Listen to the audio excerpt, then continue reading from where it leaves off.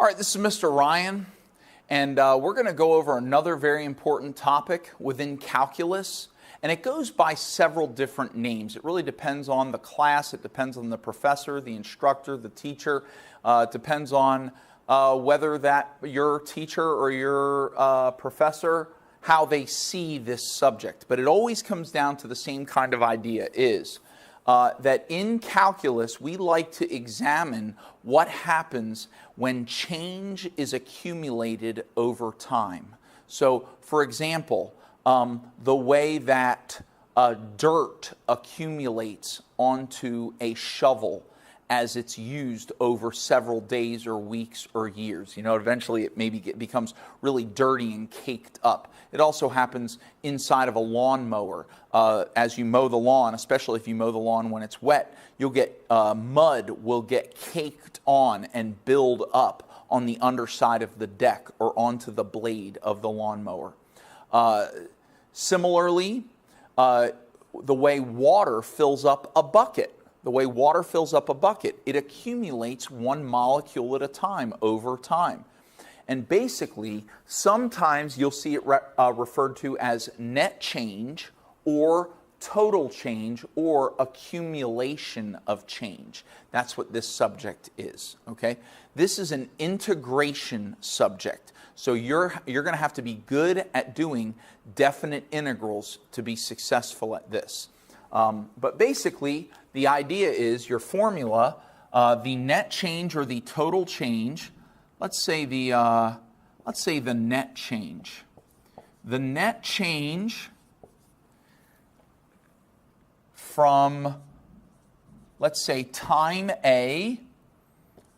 Let's say time A sub t, because oftentimes these problems deal in time, like from, you know, from 4 minutes up to 7 minutes, how much water filled up in the bucket, okay? Or from 15 minutes up to 27 minutes, how much water drained out of the bucket. Water filling up a bucket and water draining out of a bucket are two very commonly investigated subjects within this subject in calculus, okay? I don't know why we are obsessed with water, but water is just really common. So the net change from time A to time B, time A to time B, given a rate of change. So you have to be given a rate of change, some kind of function.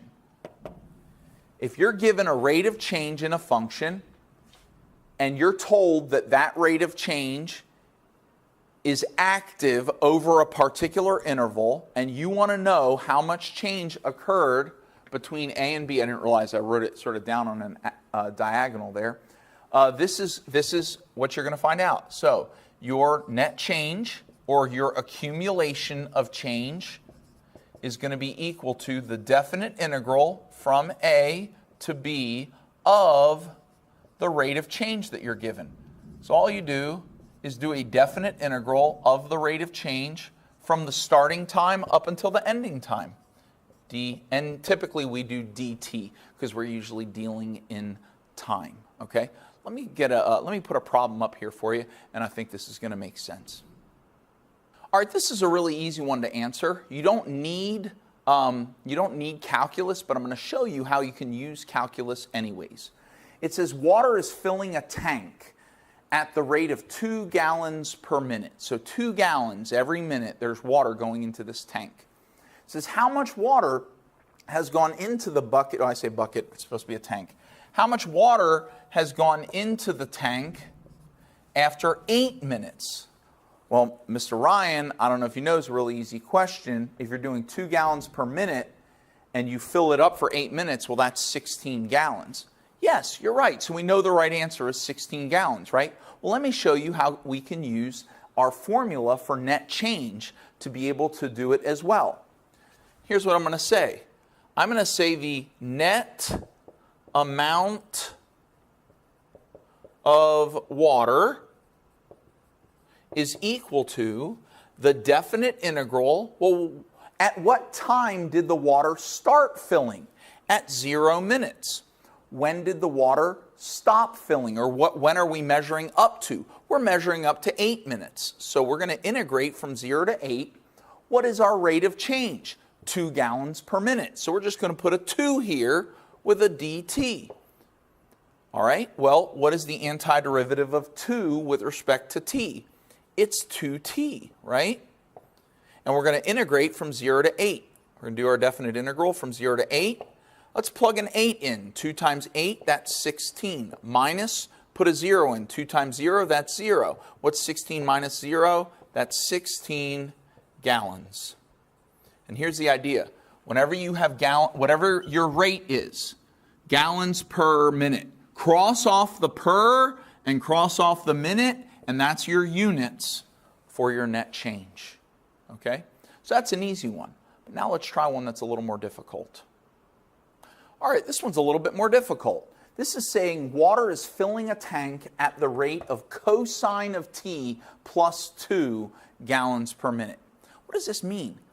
There's a variable in the rate of change. That means the rate at which the water is coming out of the hose or whatever is variable. Imagine if you had a hose and you were using a hose to fill something up, and you set the hose so that a certain amount of water is coming out. But other people in the house are are turning on the water, turning off the water. People in the neighborhood are using their water a lot. So the water pressure is not consistent. It starts coming out fast, then it slows down a little bit, then it comes out fast again, then maybe it slows down a tiny bit more. The rate at which the water is coming out of the hose is not constant. It's coming out at a variable rate. And for 8 minutes, the water is speeding up and slowing down and speeding up and slowing down. So we want to find precisely how much water came out of that hose and went into the tank during that 8 minutes. And what I'm telling you is that you can use a definite integral and calculus to answer this question. Here's how it's going to go. The amount of water, let's just call it water volume, is equal to, because that's how much water is a three-dimensional thing, right? So water is measured in volume, okay? So the water volume is going to be the definite integral. How much water has gone into the tank after 8 minutes? So it started at 0 minutes, so from 0 up to 8. And we're going to integrate the rate of change. Well, here's the rate of change, cosine of t plus 2. So we're going to put cosine of t plus 2 dt. The antiderivative of this is sine of t plus 2t, integrate from 0 to 8. Now, plug in the 8 first. So sine of 8, I'll need a calculator for this. And I'm going to make sure my calculator is in radian mode. So I'm going to hit sine of 8 plus 2 times 8. 2 times 8 is 16. Oops, hit the wrong button. Plus 16 is going to be 16 equals 16.9894. 9894 minus, now when I put 0 in, 2 times 0 is 0. Sine of 0 is also 0. So my answer is actually 16.9894 gallons. Now, even though we had a variable rate of change in the water, we were able to determine precisely how much water went into the tank because we knew the rate of change in water. And all we had to do was integrate the rate of change in water. Okay? Let's try another example. All right, so let's look at this one. This is a complicated enough but still simple enough problem. It says customers enter the mall at the rate of 350 over t plus sine of t plus 2 customers per minute. Customers per minute on a day, well, I'm sure this is grammatically incorrect, where t is equal to 0 is 10 a.m. when the mall opens. So here's the thing. T is in minutes, right? Because it says customers per minute. That means t represents every minute. And since t equals 0 is 10 o'clock in the morning, Well, now we have to consider, well, what is 10:03 a.m.? 10:03 a.m. is 3 minutes. 3 minutes after the mall opens at 10 a.m. So 10:03 a.m. would be t equals 3, because t is every minute. So since 3 minutes have passed, t equals 3 is 10:03 a.m. Okay, or 10:03 a.m. is t equals 3. So then it says how many people have visited the mall between 10:30 a.m. and 11:30 a.m. So what we have to do here is in order to do this problem, we need to convert 10:30 and 11:30 a.m. into t. Well, 10:30, that's 30 minutes after the mall opens. So 10:30 is t equals 30. 11:30 a.m. is 90 minutes after the mall opens. So 11:30 a.m. is t equals 90. So it's important to identify what your starting value is and what your ending value is. Sometimes these problems go from 0 to a number, like the water going into the tank. But in this case, we're not going from 0, we're not going from open up until 11:30 a.m. We only want to know how many people arrived at the mall between 10:30 and 11:30 a.m. Okay, so the way we're going to solve this is we're going to do a definite integral from 30 up to 90. And we're going to integrate the rate of change, the rate at which people arrived at the mall, which is 350 over t, 350 over t plus sine of t plus 2 with respect to t. Now, to do this, we need the antiderivative of this expression. Well, the antiderivative of 350 over t, well, the antiderivative of 1 over t, the antiderivative of 1 over t with respect to t is the natural log of the absolute value of t.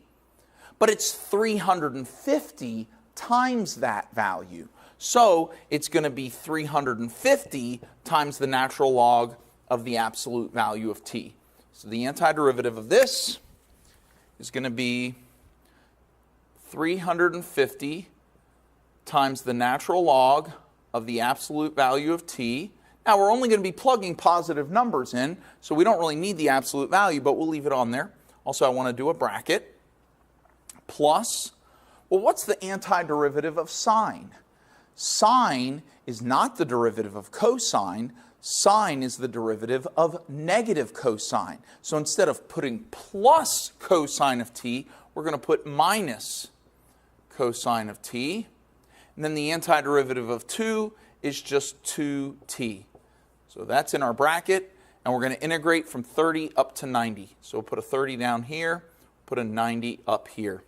I'm going to need a calculator for this, and I'm going to need to put it in radian mode because I'm dealing with a trigonometric function.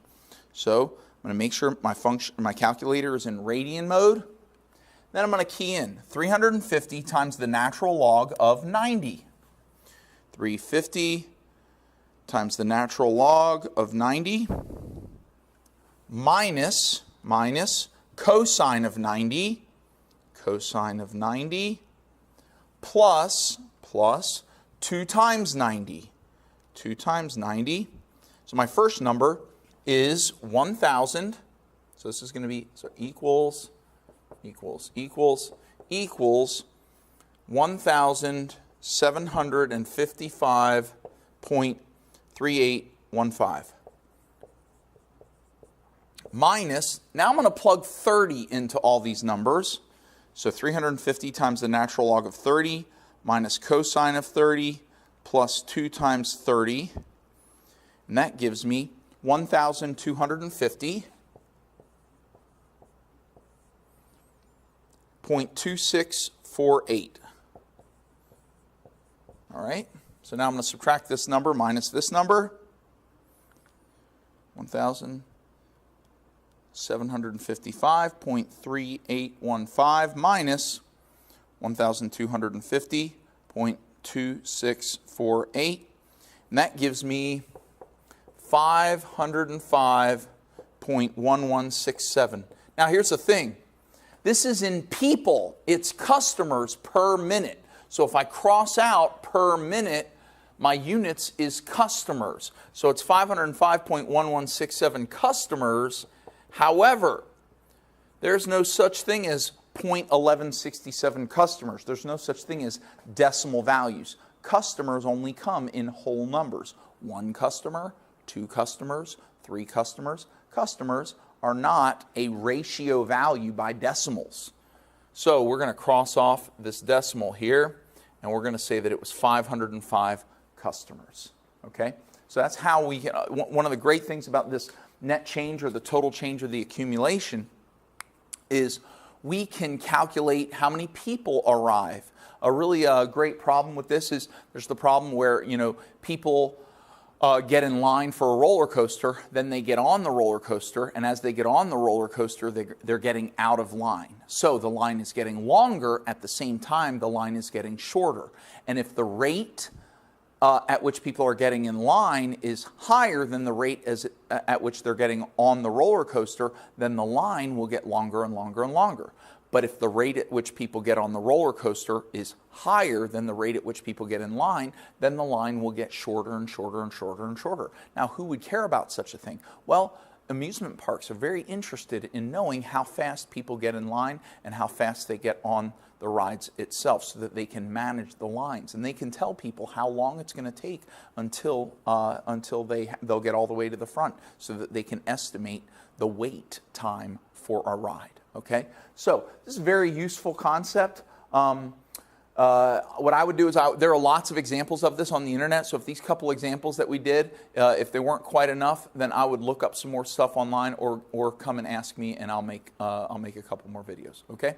But until then, I hope you have a great day. Good luck with this.